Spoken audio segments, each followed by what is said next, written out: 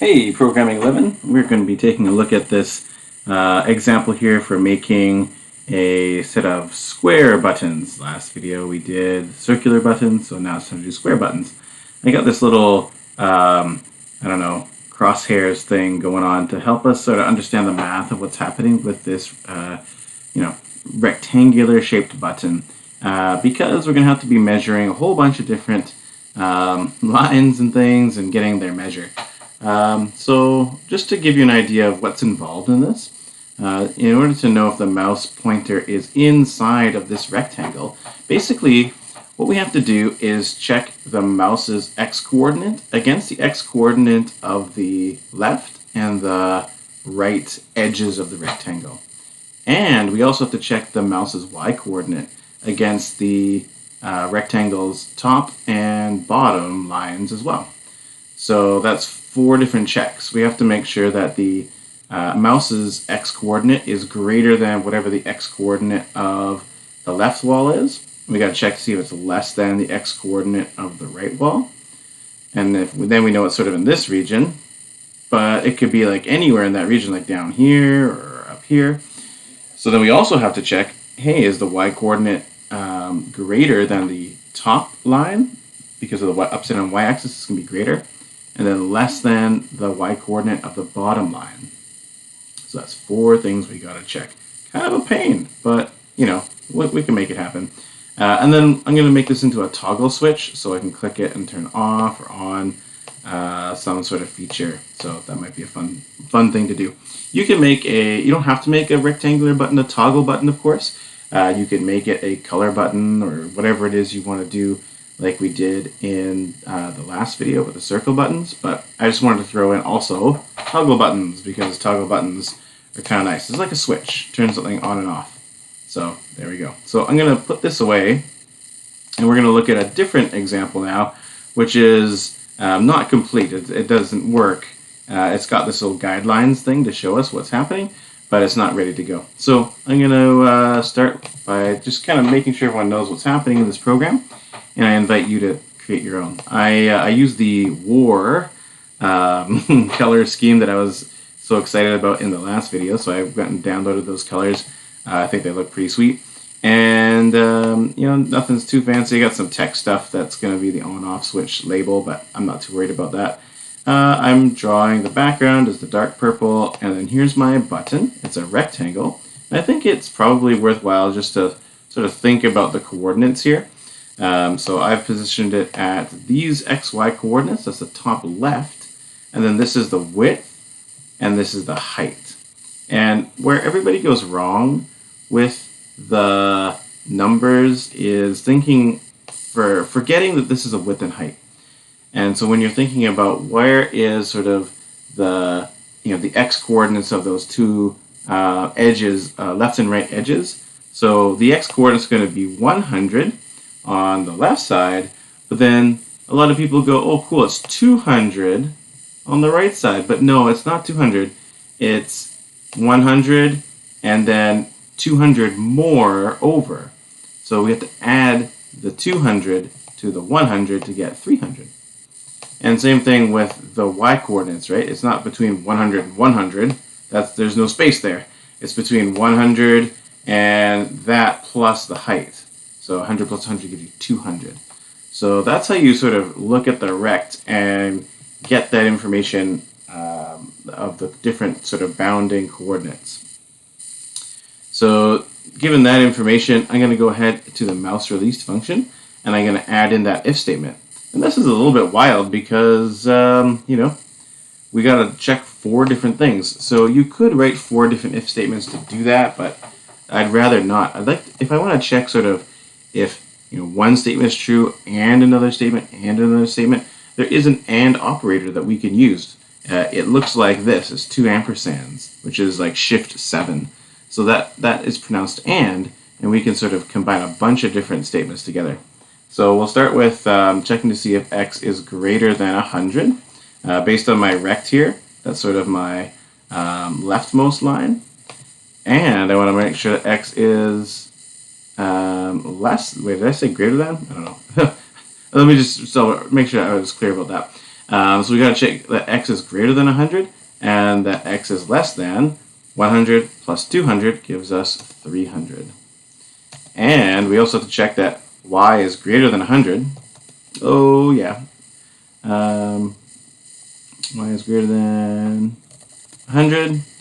And I'm kind of running out of room here, but y is greater than, less than 100 plus 100. So y is less than 200. Now, it's actually not y that we're looking for. It's actually mouse x and mouse y. I just wanted to make sure that I could fit that all on the screen because it's going to get very long. So I'm going to replace this x with mouse x and y with mouse y.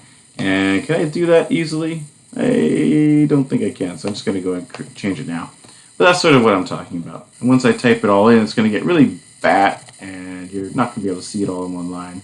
But hopefully that gave you a chance to just kind of see what the math was before going into that mode here. Okay, so what do we do? Yeah, so we're releasing the mouse, and there is, this thing. So, wait, I spelled mouse y wrong. So we have to do something with this information, and I guess I'm just going to use this toggle concept. I could be setting any kind of variable. So I would like to have a variable called toggle. It's going to be an int, and we'll start toggle at 1. And what we'll do is we'll show these guidelines if toggle equals 1. If toggle, actually I'll just say if toggle is greater than 0. If toggle is greater than 0 and 1 is greater than 0, we'll show the guidelines. And the guidelines, by the way, are those like crosshair things that we see. And here's what I'm going to do for my if statement. I'm going to go back here. So in addition to the actual checking, what's the consequence of clicking on that button? That goes inside the if statement, right? So I'm going to say toggle equals toggle times -1. And by the way, the time sign is the asterisk. So this is multiplication. Shift 8 on your keyboard. So what I'm doing is whenever whenever the mouse is released in this region, which is the rectangle, I am going to multiply toggle by -1. So what's going to happen? So it starts off at 1, right? And 1 is greater than 0, so it shows the guidelines. But when I click on that button, it's going to times 1 by -1, and that's going to be -1. And so then toggle is no longer going to be greater than 0. If I click it on again, I'm going to have -1 times -1, which will bring us back to +1. So then the guidelines will show again. And you can see how this, we're using this sort of multiplying by -1 as using that mathematical property to simulate an on-off switch, which is a pretty handy thing to do. So let's run this and see if it works. Guidelines are working, fantastic. If I click it, guidelines go away. I click it, guidelines come back. Awesome. And just to check, I want to make sure I'm, if I click elsewhere, I don't, turn things on or off. Great. How about in here? Yeah, everything seems to be working inside. Okay, so now here's possibly another challenge for you is to design your own button. You can use, all this stuff, but I would just change these numbers around. For example, if I was to change this to 200, 400, and make this 150 and, 200. Like if I was to change the rect to these numbers, then how would that change these numbers down here? So why don't you just do this as an exercise for a second. Just take a look at that and think about how things are going to change. Make that prediction. And then, I'm going to go do the answer. If you need to take a minute to think about it, great. Just pause the video. And then I'm going to go and do this. So basically, here's the answer. I'm going to say that now instead of going from 100 to 300, I'm going from 200 to 350 because it's 200 plus 150. So from 200 to 350. And now my y coordinate is going to start at 400. So it's between 400 and 600. So I want to say if it's greater than 400 and less than 600. So if I make that start, Here's, whoop, I'm zoomed in too much. Here's my new buttons, kind of weird and wonky on the thing. If I click all around, it doesn't work, but as soon as I click inside, oh, it does work. Now it's a functioning button. So it seems like that worked out pretty well. This is the kind of thing that if you are like, how is Mr. Pelche doing this? I don't understand. It's definitely an important thing to ask a question about, because you're going to be making all sorts of buttons as we go. So if these numbers are mysteries to you right now, please do ask a question as soon as you can, because we're going to have to make a whole bunch of them, and you're going to find that's going to be confusing as we go. Okay, so do please ask questions if that doesn't make sense. But that's basically how we do this this whole crazy rectangular button thing. So that's going to be the end of the video. In our next video, we're going to look at sliders. So moving a slider along a track in order to control some variable's value. But not just kind of turning it on or off or setting it to a discrete value, but having sort of a range of values that the sliders progress along the track. It could be horizontal, it could be vertical. That progression along the track sort of controls.